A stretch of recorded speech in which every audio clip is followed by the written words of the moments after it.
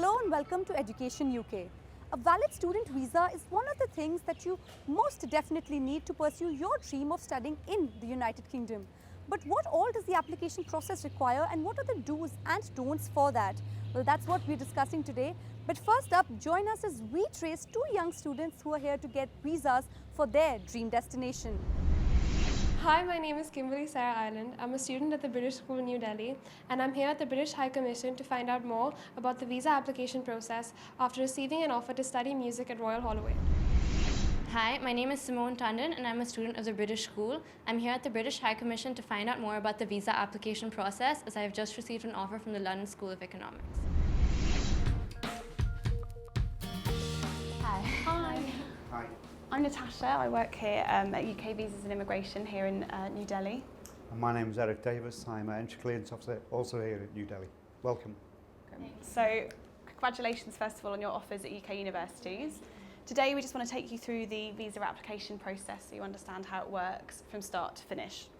So the first thing you do if you were starting to apply for your UK visas is to come onto the Visas for UK website.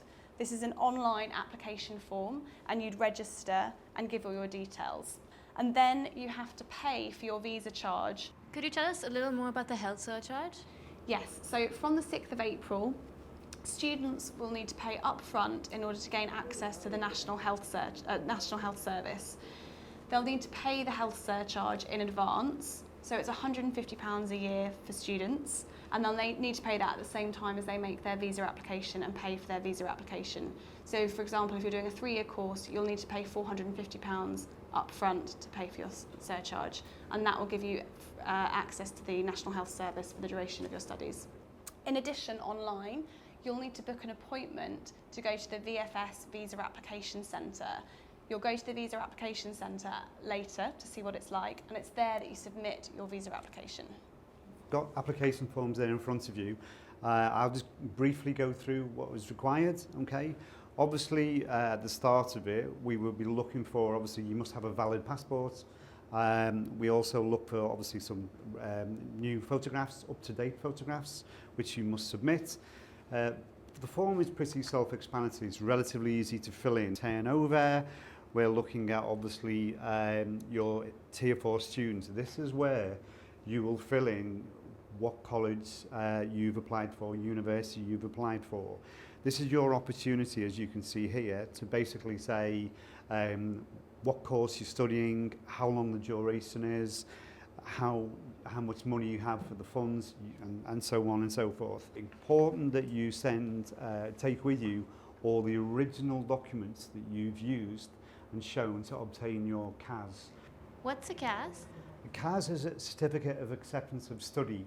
You will obtain this from the college and the university. You must have a valid CAS. And basically it lists the course that you're doing, the duration of the course, how much money you've paid, what educational documents you've submitted to them. It's also important because it covers if the English language test has been conducted by them, or if you have provided a further documentation. All students must have what we call a valid Certificate of Acceptance of Study. You can have 4 or 5 of them, but you can only submit one. So there's nothing stopping you approaching 4 or 5 universities, for example, but we will only accept one. What kind of supporting documentation would we need when applying for the UK visa? So, as well as your CAS, your Certificate of Acceptance of Studies, you'd need to provide evidence that shows that you have the funds to support yourself for the duration of your course. So you'll need to show that you've held the required funds, that's your living allowances and your course fees, in a savings account for 28 days. That can be in your name or it can be in your parents' name, but you need to evidence where those funds have come from. So maybe that would be from pay slips or bank statements.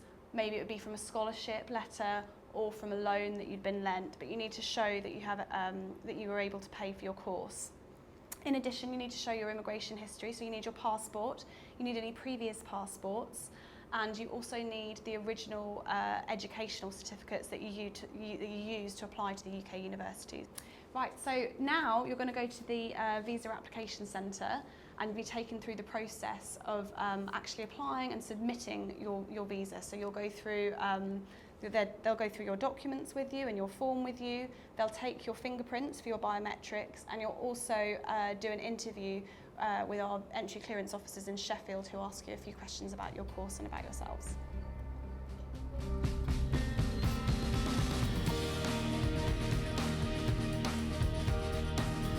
We've just submitted our visa application forms online. And now we're at the UK Visa Application Centre to complete the second round of formalities.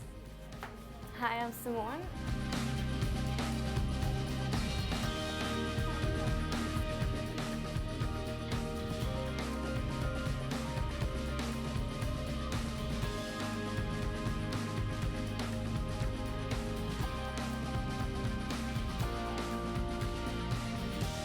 At this stage, we collect whatever the documents you have carried and we prepare a checklist for the same. And this we send it to the High Commission along with your application form. Now at the next step, you can go for the biometric procedure. Straight and left before exit. Thank you so much.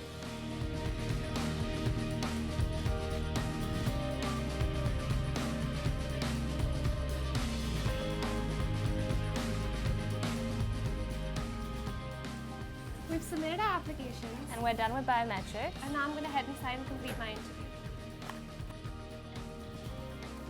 You can wear your headphones. Just check whether she's audible. Fine, right?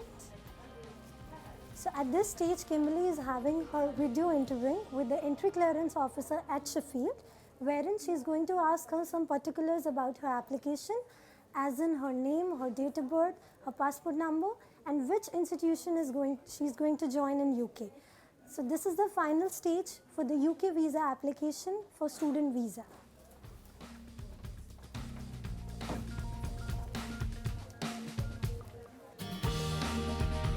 We've now completed the final stage in submitting our applications for the UK student visa. We will now go to the British High Commission to find out more about how they are considered.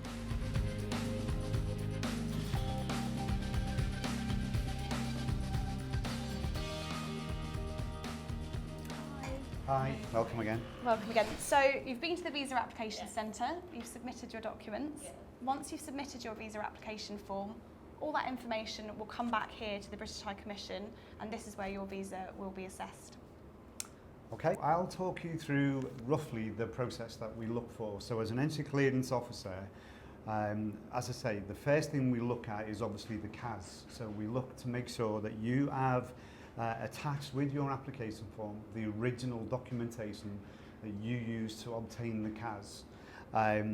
We will look specifically at obviously your education certificates that you sent. If we're happy with that, we'll then look obviously at the funds to see whether or not you have suitable funds. Again, we will assess that. Things, as I say, we're looking for is if you have the money, where has it come from? So we would look at obviously things like relationship. If your parents have given you the money and it's a large sum, then a bank account from your parents saying, I've had this money and I've sent it in there. So we look at the funds. And after that, we look, as I say, primarily is why are you going to study? So is there a natural progression? So we would look for things like what education certificates you have obtained, the English language requirements, how is that being assessed? A lot of colleges and universities do it themselves, which is totally acceptable because ultimately they will be the ones that are teaching you.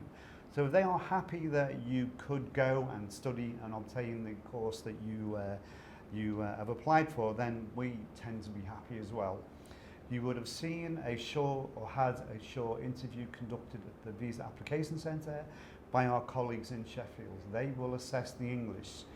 My job and my colleague's job is to basically look at that. If, in all honesty, you struggle to answer a few questions, we may, not obviously all the time, we may call you in for an interview here at the High Commission. It's nothing really to worry about. It's just, as I say, there may be certain gaps in certain parts of your application form. If obviously we are happy with those things, so we're happy with the funds, we're happy that you have them, we're happy where they've come from, You have a credible reason as to why you've applied for a visa, why you want to study at the university of choice. We're happy with the supporting documents. You obviously have the TB certificate. We are more than likely going to basically not call you for an interview, and then we will issue the visa. And then obviously your passport is sent back to you. Okay? Well, you just saw Kimberly and Simone learn about the visa process. It's time for us to slip into a short break. Back with lots more.